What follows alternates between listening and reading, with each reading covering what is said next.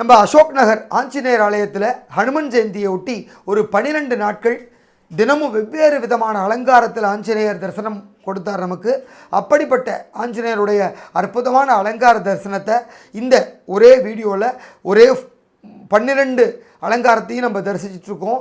அந்த வகையில் பார்த்திங்கன்னா முதல் நாள் ஆஞ்சநேயருக்கு வெற்றிலை மாலை அலங்காரமும், 2வது நாள் அந்த திருஷ்டி டாலர் அலங்காரமும், 3வது நாள் வடைமாலை அலங்காரமும், 4வது நாள் பழங்களால் அலங்காரமும், 5வது நாள் காய்கறி நாள் அலங்காரமும், 6வது நாள் லட்டு மாலை அலங்காரமும் செய்யப்பட்டது.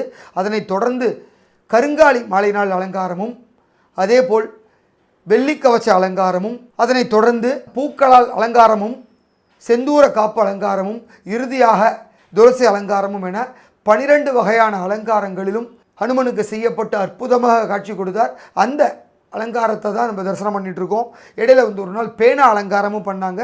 அந்த பேனா அலங்காரமும் அவ்வளவு பிரமாதமாக இருந்தது. ஸோ இப்படி ஒரு சேர 12 அலங்காரத்தையும் இந்த வீடியோ வாயிலாக பக்தர்கள் தரிசனம் பண்ணணும்னு கேட்டுக்கிறேன். நன்றி.